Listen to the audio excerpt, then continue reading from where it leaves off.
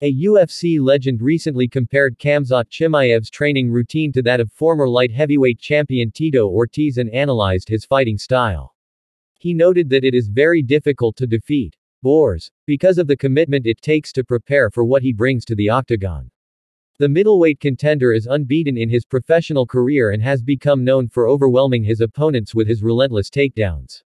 Chimaev most recently earned a dominant submission win over former middleweight champion Robert Whittaker after repeatedly taking him down before submitting him with a face crank. During his latest appearance on Red Hawk Recap, UFC legend Randy Couture told host Tim Welch that Borz uses his wrestling to force his opponents to give up their back position for submissions. Couture explained how to prepare for a fighter like Chimaev and made the comparison to Ortiz, but mentioned that the Hall of Famer would instead put himself in a position to land elbows. You're gonna have to put yourself in a bunch of those situations in a good 10 or 12-week camp and be ready to have counters and answers and out-wrestling in those circumstances.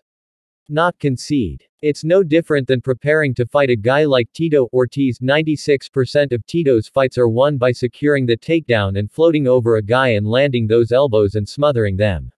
It's not rocket science, it's the same thing. In addition to breaking down Khamzat Chimaev's fighting style and comparing it to Tito Ortiz, UFC legend Randy Couture also describes specific positions for fighters to work on to ensure they're prepared to fight Borz.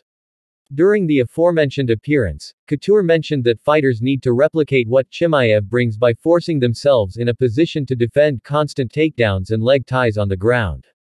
That's what you have to prepare for, you have to put yourself in those situations. Have guys relentlessly pursuing you to put you on the ground. Trying, shackle your ankles, that Dagestani leg irons and tie you up and smother you and force you to turn to quarter position.